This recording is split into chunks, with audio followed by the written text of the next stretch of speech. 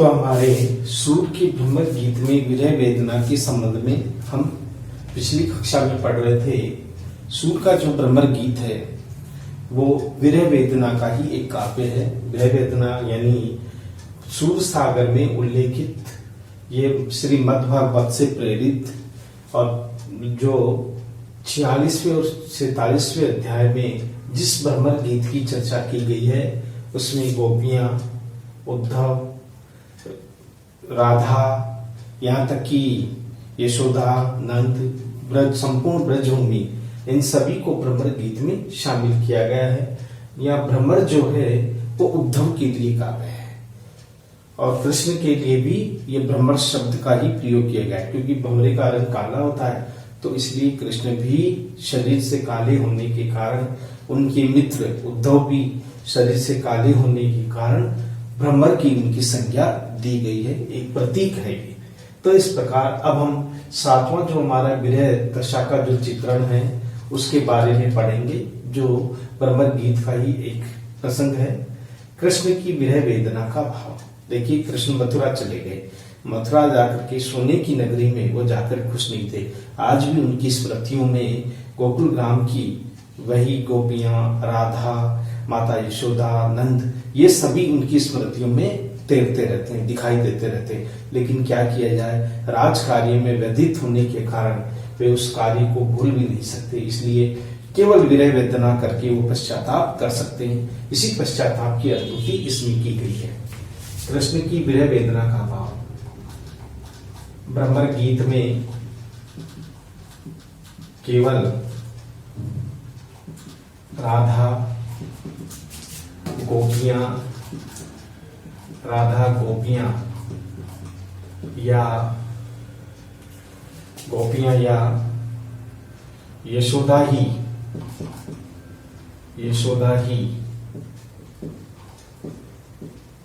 विरह वेदना, यशोदाई विरह वेदना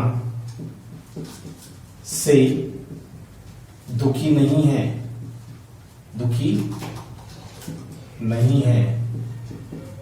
अपितु कृष्ण भी गोकुल ग्राम को याद कर, गोकुल ग्राम को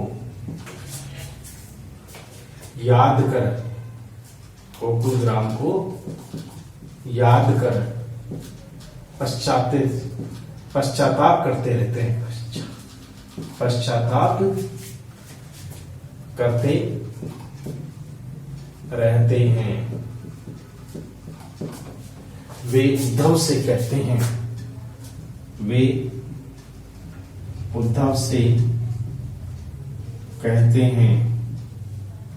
कि हे सखा,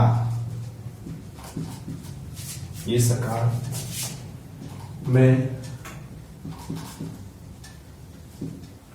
गोकुल को भूल नहीं पाया हूं,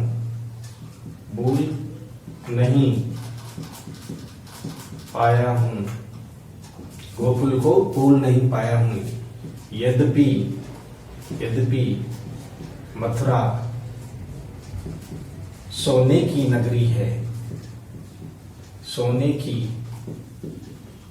है, यद्यपि मथुरा सोने की नगरी है, फिर भी जो सुख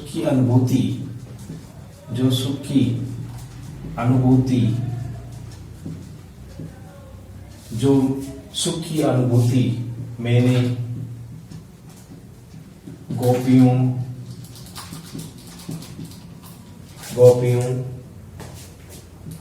राधा, यशोदा, नंद, गोकुल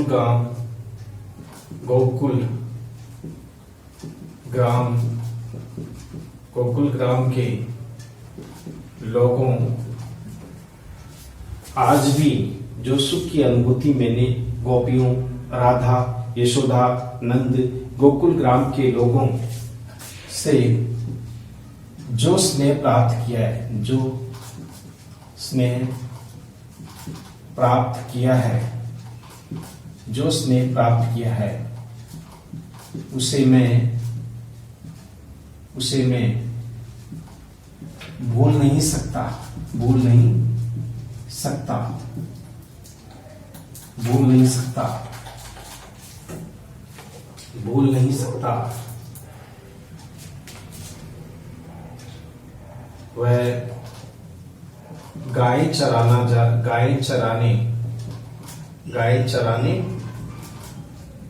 जाना, गाय चराने जाना,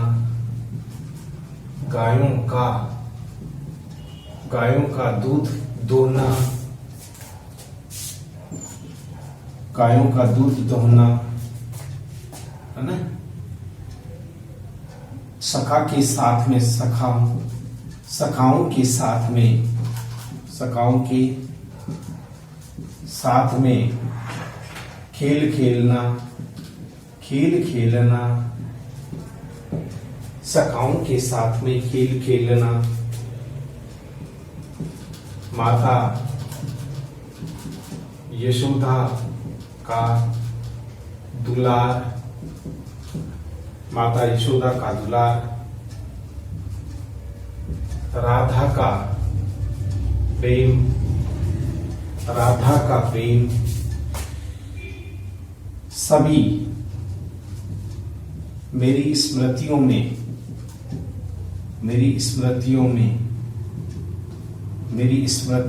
आज भी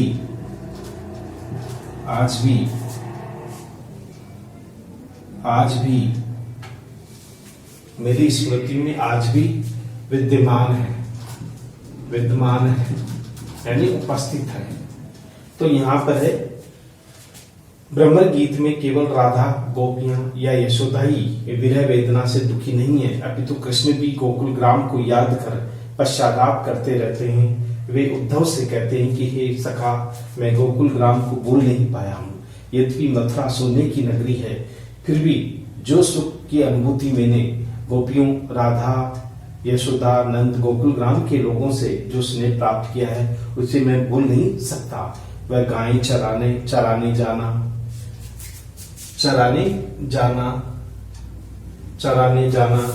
गायों का दूध दोहना, सखाओं के साथ में खेल खेलना, माता यशोदा का दुलार और राधा का प्रेम, ये सभी मेरी स्मृतियों में आज भी विद्यमान है। ये राधा कृष्ण याद करते हैं, विद्यमान है, वो यही याद करते हैं। जब जब मेरी स्मृतियों में गोकुल ग्राम, जब मेरी स्मृतियों में गोकुल ग्राम आता है तो आंखों से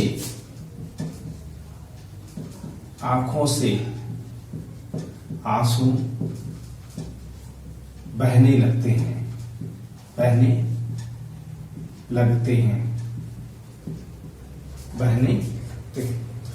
तो कृष्ण यही कहते हैं कि जब मेरी स्मृतियों में गोकुल ग्राम आता है तो आंखों से आंसू बहने लगते हैं।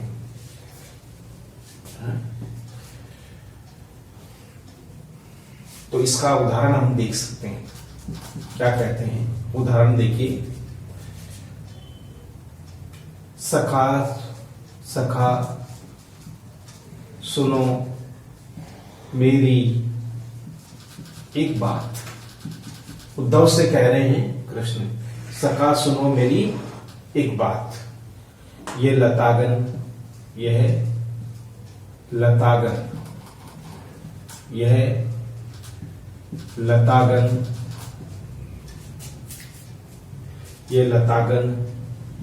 संग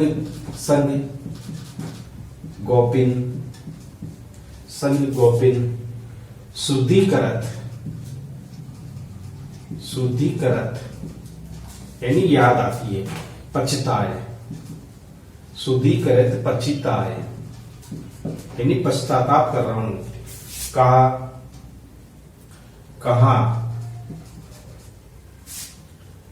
वही वही कहा वही वृष भानुजा, वृष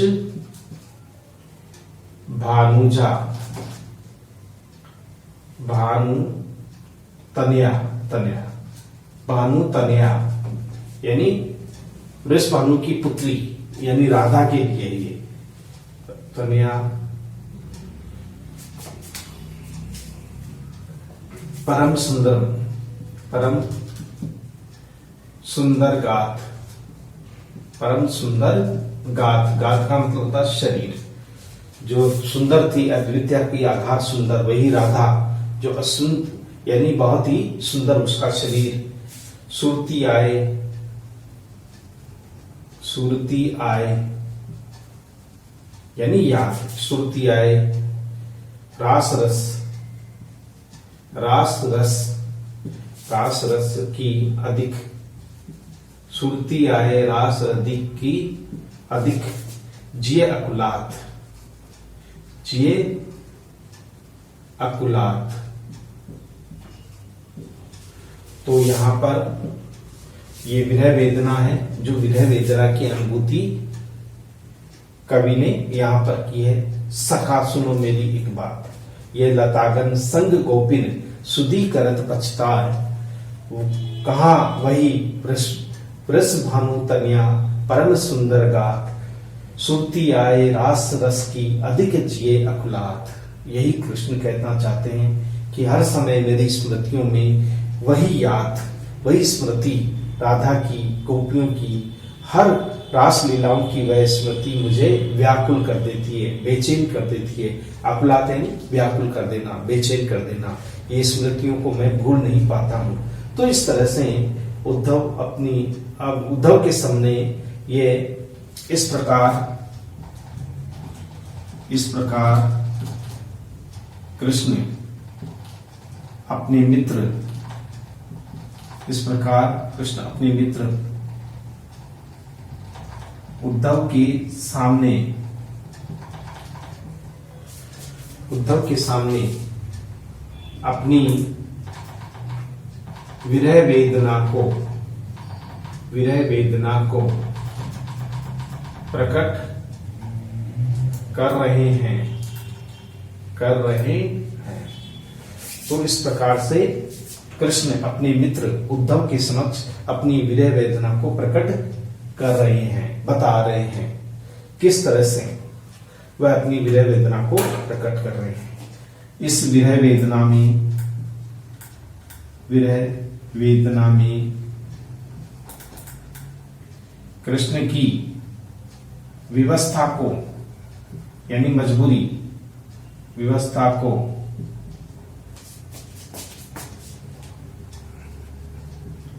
बताया गया है। बताया क्योंकि राजकार्य में लगने होने के कारण वे अब जा नहीं सकते।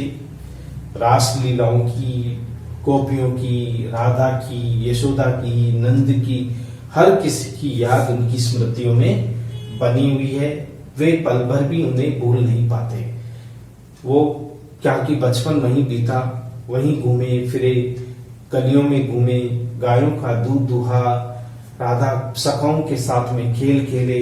ये सारी जीवन की स्मृतियां हैं जिन्हें कृष्ण भूल नहीं पाते। तो ये कृष्ण की विरह वेदना है जो हम भ्रमर गीत में देख सकते हैं। हमें केवल गोपियों तक, यशोदा तक, जहां तक हो सकता है जो जो विरह व्यथाएं हैं भ्रमर गीत में, उन सभी का उल्लेख हम कर सकते हैं। अब आता हमारा 8वां जो पॉइंट है वो है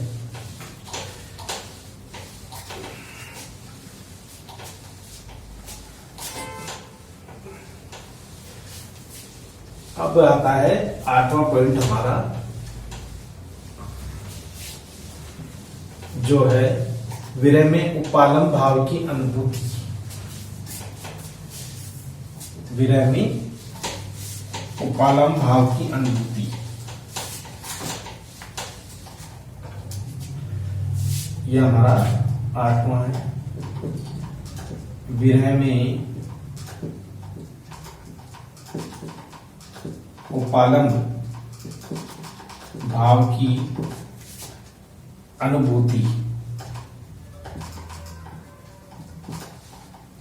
विरह में उपालंब भाव की अनुभूति।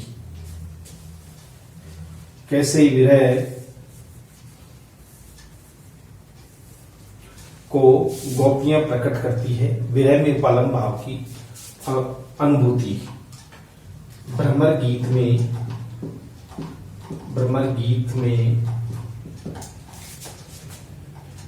उपालंब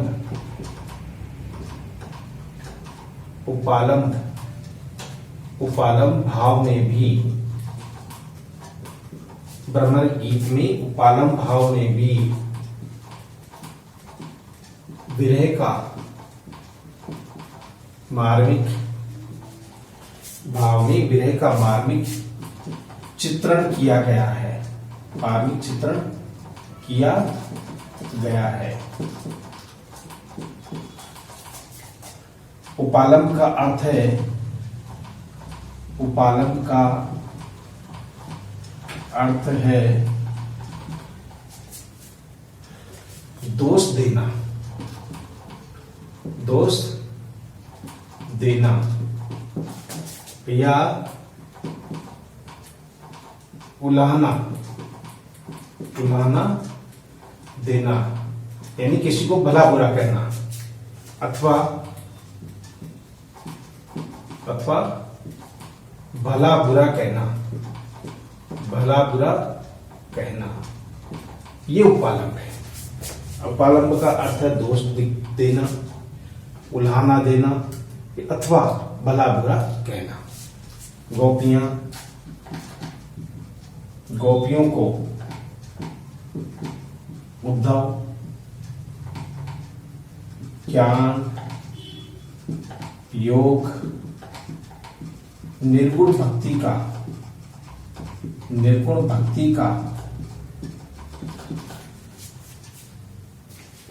भक्ति की शिक्षा देना चाहते हैं, शिक्षा देना चाहते हैं। गोपियों को उद्धव ज्ञान योग और निर्गुण भक्ति की शिक्षा देना चाहते हैं, किंतु गोपियां उद्धव से स्पष्ट कह देती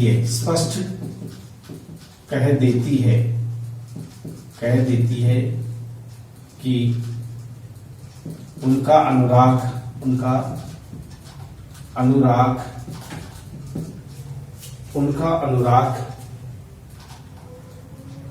कृष्ण के प्रति है, उनका अनुराग कृष्ण के प्रति है, उनका अनुराग कृष्ण के प्रति है।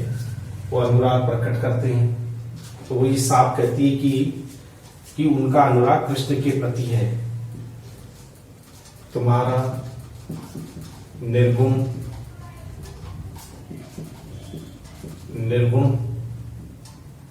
ज्ञान योग, तुम्हारा निर्गुण ज्ञान योग हमारे लिए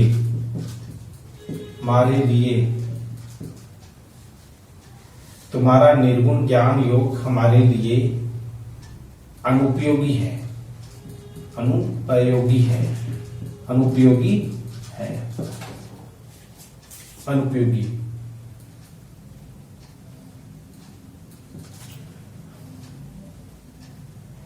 तुम्हारे ज्ञान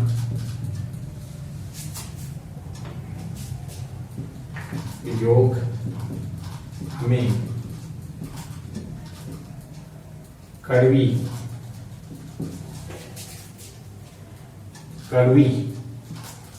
तुम्हारा ज्ञान योग हमें ककड़ी के समान लगता है।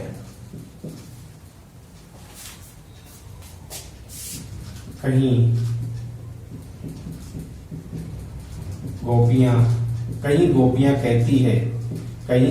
कहती है कि कौन ऐसा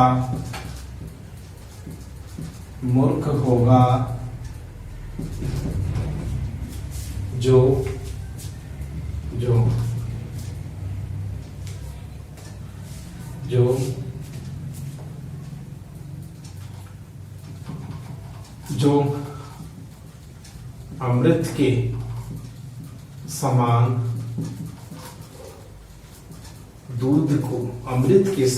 दूध को छोड़कर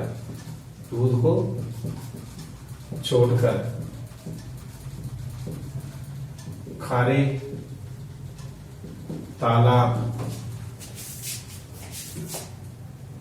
कूप कर सकते हैं। खारे कूप यानी कुआं। अमृत के समान दूध को छोड़कर खारे कूप का जल कौन ग्रहण करना चाहेगा? कौन ग्रहण करना चाहेगा? तो गोपियां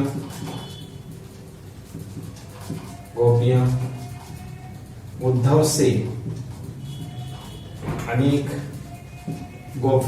से अनेक तर्क वितर्क भी करती है। तर्क वितर्क भी करती हैं। उद्धव जड़मती होकर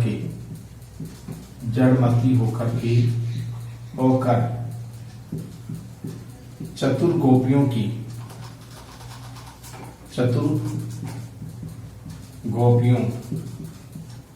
की बातों को जड़मती होकर के यानी स्थिर होकर के चतुर गोपियों की बातों को ध्यान से सुनते हैं।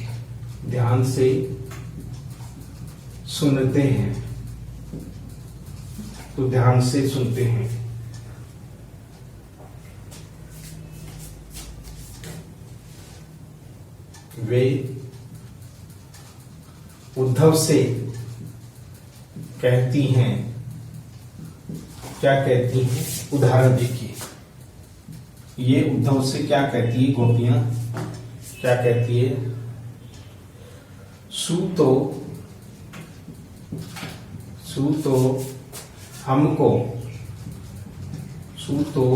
हमको ले आए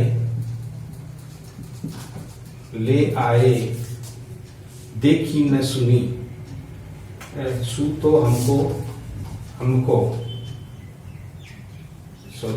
तो व्याधि हमको ले आए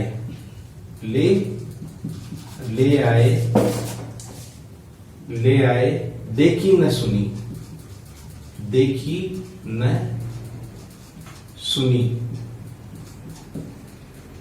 सुनी।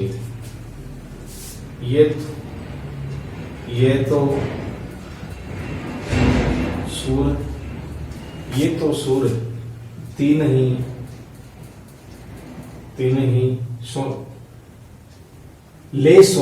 ही ले सौंपो जिनके मन चक्री।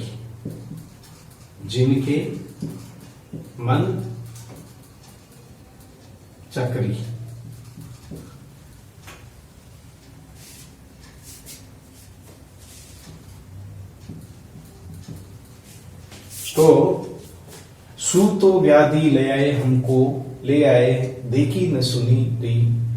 ये तो सूद तीन को ले सौंपो जिनके मन चक्री। उद्धव को कहती है गोपियां कि हे उद्धव, ये हमारे लिए कौन सी नई बीमारी ले आए? तुम ज्ञान योग की जो शिक्षा की बातें कर रहे हो, ये हमारे लिए बिल्कुल नया है। हम जिसके बारे में जानती नहीं, जिसको देखा नहीं, जिसके बारे में सुना नहीं। ये नई व्याधि का मतलब था शारीरिक रोग, शारीरिक और मानसिक सभी तरह का ये जो रोग है, एक नया रोग हमारे लिए कौन सा तुम ले आए? ये तो सूरत नहीं सौंपो जिनकी मगर। अरे तुम योग की शिक्षा देना चाहते हो, ज्ञान की देना चाहते हो, या निर्गुण की शिक्षा देना चाहते हो, ये उनको जाकर के ये ज्ञान की शिक्षा दो जिनका मन भटकता रहता, चक्री की भांति मन जिनका स्थिर नहीं रहता। हमारा मन तो कृष्ण के प्रेम में स्थिर है, कृष्ण की भक्ति में एक निष्ठ है। इसलिए सूरदास जी कहते हैं कि इस तरह से गोपियां कहती है कि तुम ज्ञान योग की शिक्षा उन्हें दो जिनका मन चक्री है यानी अस्थिर है, उनको ही जाकर के सारी ज्ञान की शिक्षा दो। इस प्रकार इस उपालंब में गोपियों ने चतुराई से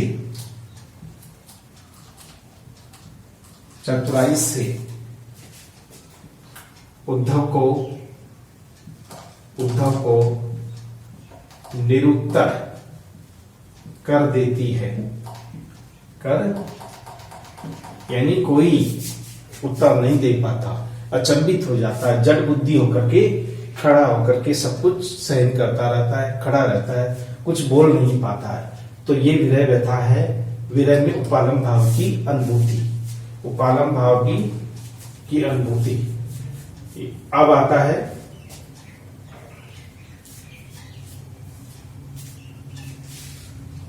ये तो था। अब हमारा 9वां पॉइंट आता है, वो आता है विरह में कृष्ण की निष्ठुरता, क्योंकि निष्ठुरता भी विरह का मूल कारण है। विरह में कृष्ण की निष्ठुरता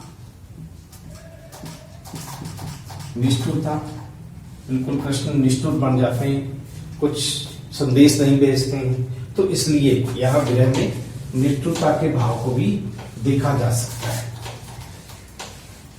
तो यह 8वां पॉइंट हमारा, जिसमें विरह की अनुभूति को दर्शाया गया है।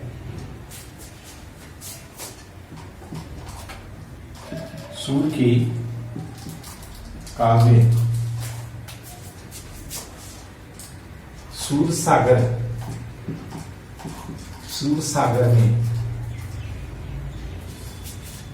सागर में भ्रमर गीत प्रसंग में कृष्ण की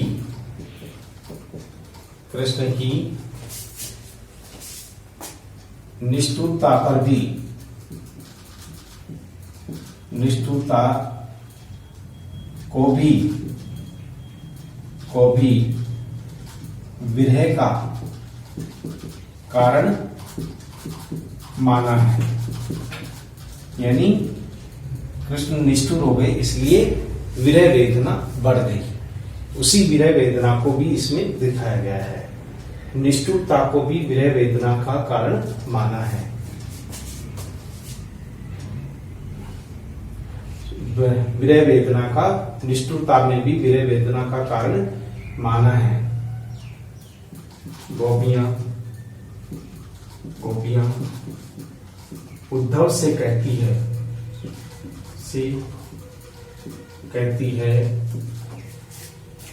हमने अपने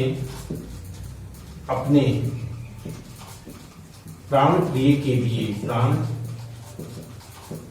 लिए हमने अपने प्राण प्रिय के लिए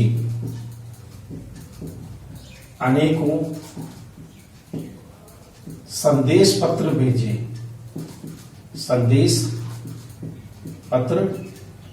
लिखकर भेजे। यानी गोपियां उद्धव से कहती है हमने अपने प्राण प्रिय के लिए अनेक संदेश पत्र लिख करके भेजे।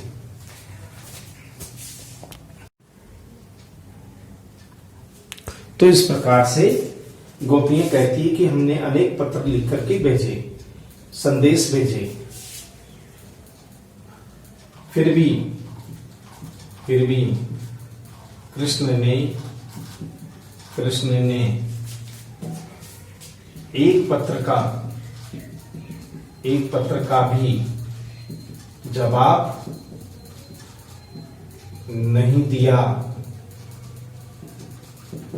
और ना ही कोई संदेश भेजा, ना ही कोई संदेश भेजा, संदेश भेजा, ना ही कोई संदेश भेजा। ये उनकी हमारे प्रति, ये उनकी हमारे प्रति निष्ठुरता है, निष्ठुरता है। वे मथुरा जाकर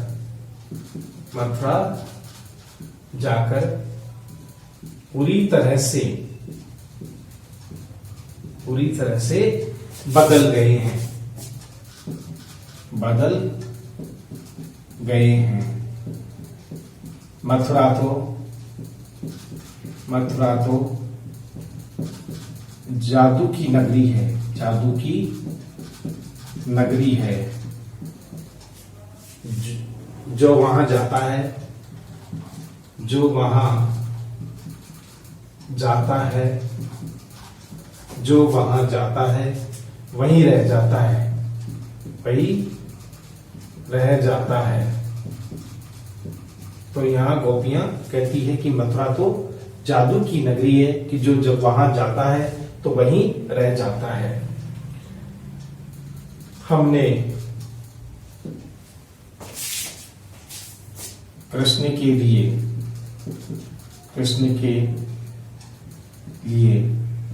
अनेक संदेशवाहक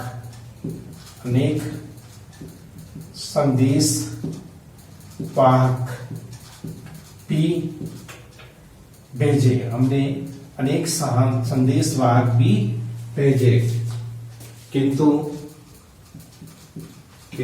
वे लौट कर भी नहीं आए।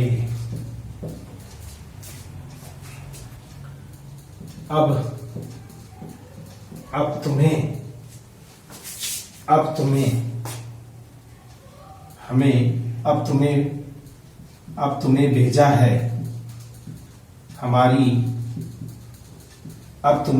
भेजा है हमारी प्रेम भक्ति की परीक्षा लेने के लिए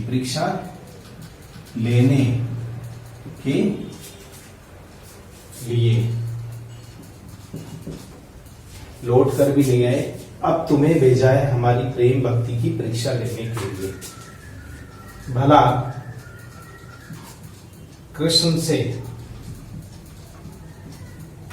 अधिक निष्ठुर कौन हो सकता है?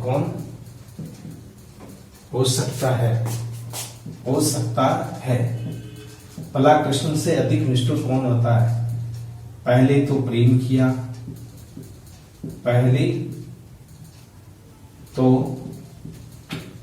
किया, फिर तड़पता छोड़कर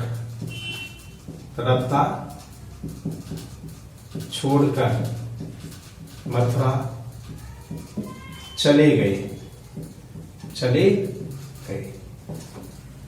पहले तो प्रेम किया, फिर तड़पता छोड़ करके मथुरा चल गए। ये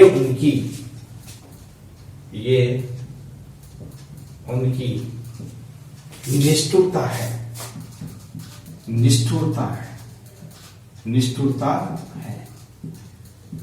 उदाहरण देखिए, उदाहरण है जो कृष्ण की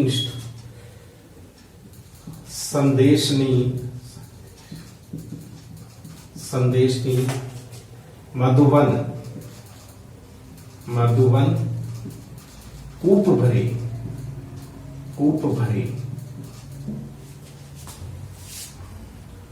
भरे अपने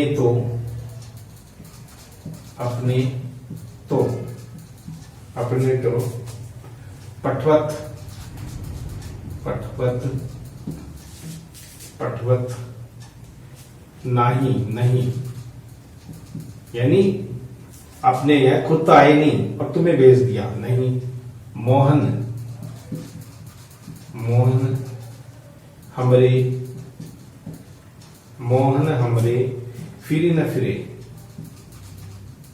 फिरी न फिरे। गोपियां यही कहना चाहती है कि संदेश नहीं मधुबन कूप भरे, अपने तो पटावत नहीं मोहन हमरे फिरी न फिरे, कि तुम्हें भेज दिया हमारा जो है ज्ञान योग के लिए या हमारा ध्यान करने के लिए तुम्हें भेजा। हमने तो इतने संदेश पत्र भेजे कि मथुरा के सारे कुएं उन पत्रों से ही भर गए हैं। अतिशयोक्तिपूर्ण बात कहिए, इतने पत्र लिखे कि लिख लिख के हमने भेजे कि सारे मथुरा के जितने भी कुएं हैं वे सारे हमारे उन संदेशवाहक पत्रों से ही भर गए। अब तुम्हें भेजा हमारे पास में खोज खबर देने के लिए, लेकिन वो खुद फिर से लौट कर नहीं है, ये ठीक नहीं है। ये यही बात इसमें बताई गई है। इस प्रकार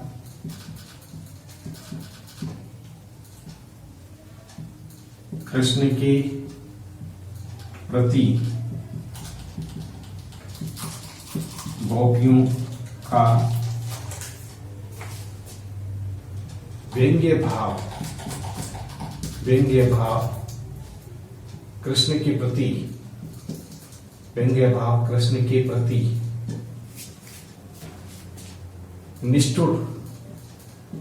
निष्ठुरता भाव जगाते हैं। इस प्रकार कृष्ण के प्रति गोपियों का व्यंग्य भाव कृष्ण के प्रति निष्ठुरता का भाव जगाते हैं कि भाई वो हमारा खोज खबर लेने नहीं आए, ठीक नहीं किया, ऐसा उन्हें नहीं करना चाहिए। ये सारी बातें इसमें कही गई है।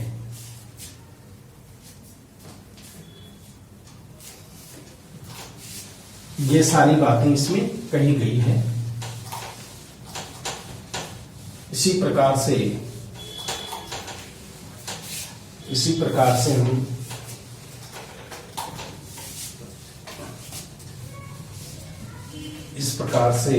हम निष्कर्ष रूप में कह सकते हैं जो विरह वेदना है उस विरह वेदना के लिए।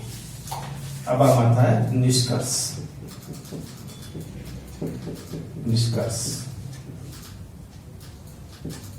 इस प्रकार भ्रमर गीत प्रसंग में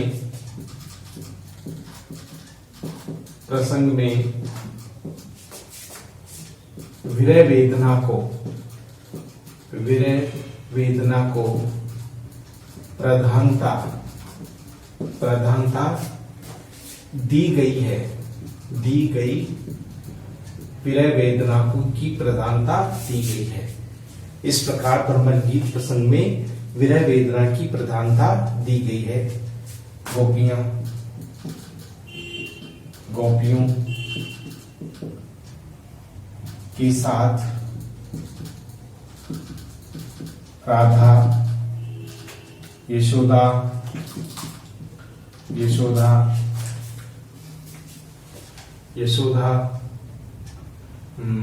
गोकुल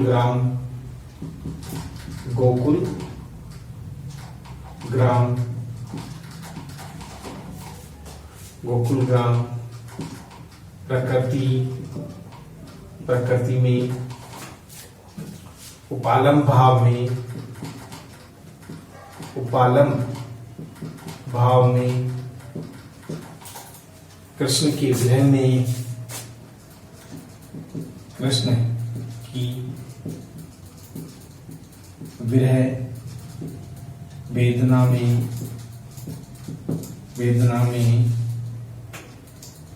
इस रूप को देखा जा सकता है।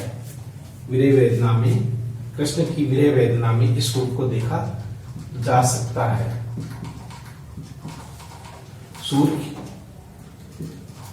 सूर्य के पदों के बारे में पदों के बारे में कहा जाता है, सुर के पदों के बारे में कहा जाता है कि दो सुर को सर लग्यो, कि दो सुर को सर लग्यो, की दो सुर की पीर, की दो सुर की पीर, पीर यानी पीड़ा, की दो सुर की पीर, की दो सुर को, की दो सुर को पद लग्यो, की दो सुर को पद लग्यो, तन मन, तन मन, तन मन धुनत शरीर, तन मन धुनत शरीर। यानी ये बात कही गई है कि दो सूर को सर लग्यो, कि दो सूर की पीर, कि दो सूर को पद लग्यो, तन्मत धुनत शरीर। तो ये सूर के पदों के लिए कहा जाता है, उसमें पीड़ा की अनुभूति है कि जो कोई भी उनके प्रथा यानी सिर धुनने लगता है, यानी बुद्धि काम नहीं करती, कितनी विवेकशीलता है उनमें, कितनी गहन पीड़ा है, उस गहन पीड़ा की अनुभूति इन्होंने की है। इस प्रकार भ्रमर गीत विरह दशाओं,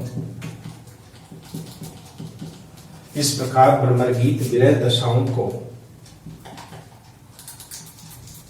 प्रकट करने वाला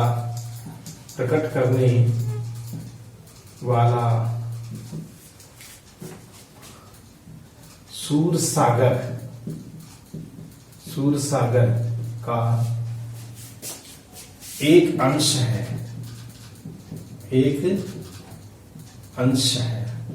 एक भाग है, प्रकट करने वाला। इस प्रकार भ्रमर गीत विरह दशाओं को प्रकट करने वाला विरह दशा को प्रकट करने वाला सूर सागर का एक अंश है। जितना विरह का मार्मिक वर्णन भ्रमर गीत में हुआ है, भ्रमर गीत में हुआ है, अन्यत्र देखने को नहीं मिलता,